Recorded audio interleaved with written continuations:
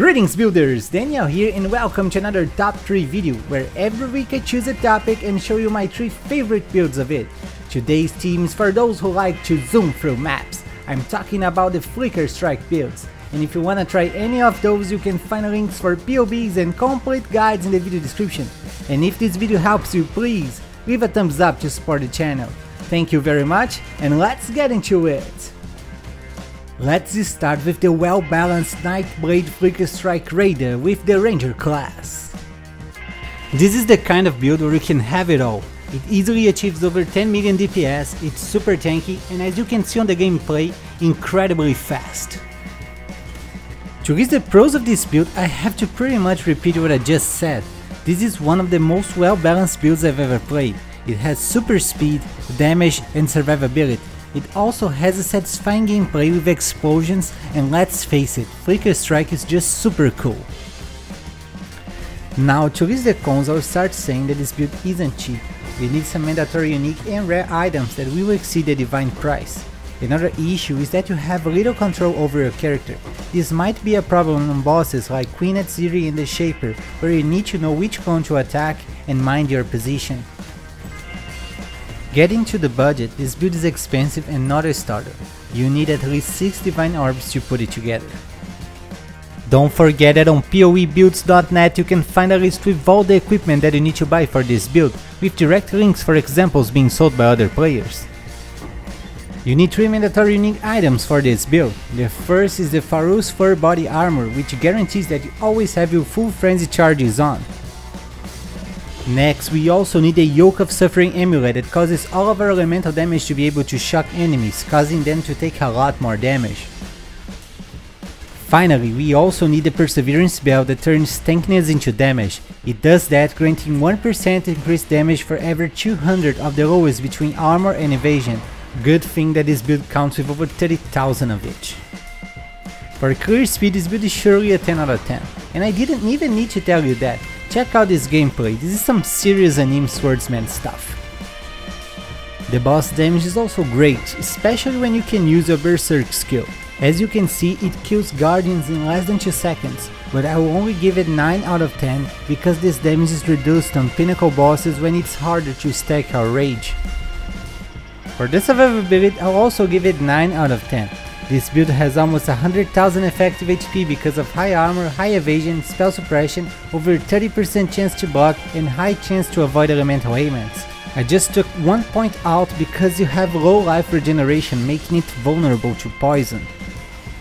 Next we have the super strong Flicker Strike Slayer with the Duelist class. This build uses Terminus S to sustain the frenzy charges needed for you to keep flickering. It's a great and simple Flicker Strike build for beginners. To list the pros of this build, I would have to start with its clear speed. Look at that, this is just insanely fast. It also counts with an awesome boss damage and instant life leech. And of course, Flicker builds are just super cool. Now to list the cons, I would start with the fact that you are always very close to enemies, which puts you in a vulnerable position. Another issue is that you have little control over your character, making it hard on bosses where you need to mind your position or attack the right enemy. As for budget, you can get it destroying early in-game maps with only around 80 chaos. To comfortably advance to yellow maps, you need to invest around 120 chaos, and for easily completing your Atlas, I recommend investing around 4 divines. You need only 1 mandatory unique item for this build, the Terminus S sword that keeps your frenzy charges up even while flickering. For clear speed, this build is surely a 10 out of 10, and I don't even need to say anything, just take a look at the gameplay and you have to agree with me. The boss damage is great and deserves 9 out of 10. This build can easily deal many millions of damage per second, it's just great to kill big bosses like that. Now for the survivability, I'll only give it 8 out of 10, even though this build still has almost 100,000 effective HP because of high armor, evasion and spell suppression. I had to take 2 points out for the same reason as I did with the Cyclone Slayer. Since you're always very close to enemies, you're always in a vulnerable position. And finally we have the incredible Infernal Flicker Strike Ascendant with the Scion class. This build uses the unique sword Auto Sacrifice to sustain the frenzy charges needed for you to keep flickering, but that's not any Auto's Flicker build. This one also chills and shocks enemies for a lot more damage, clear speed and survivability. To list the pros of this build, I would of course start with its clear speed. Flicker is just incredibly fast and super cool to play. This build also counts with an amazing boss damage and high survivability. Now, to list the cons, the first thing that comes to my mind is that you're always very close to enemies, which is a vulnerable position.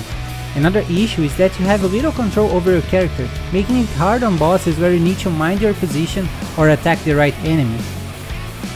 As for budget, you can get it destroying early endgame maps with only around 90 chaos. To comfortably advance to yellow maps, you need to invest around 150 chaos, and for easily completing your Atlas, I recommend investing around 4 divines.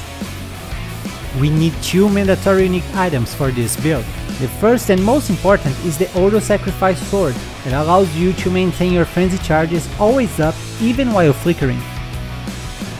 Next, we also need the Call of the Void ring that causes your attacks to chill and shatter enemies. This ring might be a little expensive during the first days of a new league, but don't worry, you'll be fine without it while waiting for the prices to drop. For clear speed, this build is surely a 10 out of 10.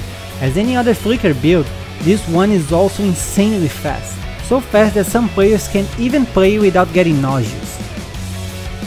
The boss damage is great and deserves 9 out of 10. This build achieves high amounts of DPS capable of decimating even the big bosses in just seconds. Now for the survivability, I'd only give it 8 out of 10, even though this build still has almost 100,000 effective HP because of high armor, evasion and spell suppression. I had to take 2 points out because they're always very close to enemies. And that's it for today, guys. What did you think about those Flicker Strike builds? Please don't forget to tell me your thoughts in the comments and leave a thumbs up to support the channel. I wish you guys an amazing day and don't forget to keep building!